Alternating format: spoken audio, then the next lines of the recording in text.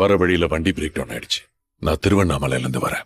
தூரத்துல இருந்து பார்க்கும்போது உங்க கடையில தான் லைட் தெரிஞ்சது. ஃபோன் பண்ணி உதவி கேட்கலாம்னு நினைச்சா போன்ல சார்ஜ் இல்ல. உள்ள வரலாமா?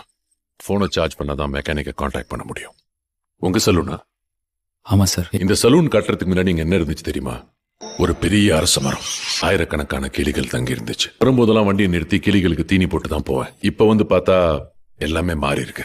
போன் சார்ஜர் இருக்குமா சார்? இந்த ஐபோன் சார். பக்கத்துல ஒரு மெக்கானிக் தெரியும். இஃப் யூ டோன்ட் மைண்ட் என்ன டிராப் பண்றீங்களா?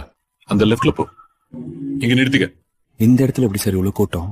அவன் எங்க கடை வச்சாலும் கூட்டம் அவனை தேடி வரும். அவன் இடத்த நம்பி ஆரம்பிக்கல, அவனை நம்பி ஆரம்பிச்சிருக்கான். திருநெல்வேலியில இருட்டு கடை பத்தி தெரியுமா? கரண்டே இல்லாம இருட்டுல ஆரம்பிச்சது. சரி, இருட்டு கடை கோயில் எங்க இருக்குன்னு கேட்டா இருட்டு கடைக்கு எதிர்க்க இருக்குன்னு சொல்லுவாங்க. ஒருத்தன் நினைச்சா தன் திறமையால ஒரு லேண்ட்மார்க்கே மாத்த முடியும்ன்றதுக்கு அது உதாரணம். எப்படி இருக்கு? சூப்பரா இருக்கு. ஏன் இவ்வளவு கூட்டம் வருதுன்னு? ஒரு பொருள் அங்க மட்டும்தான்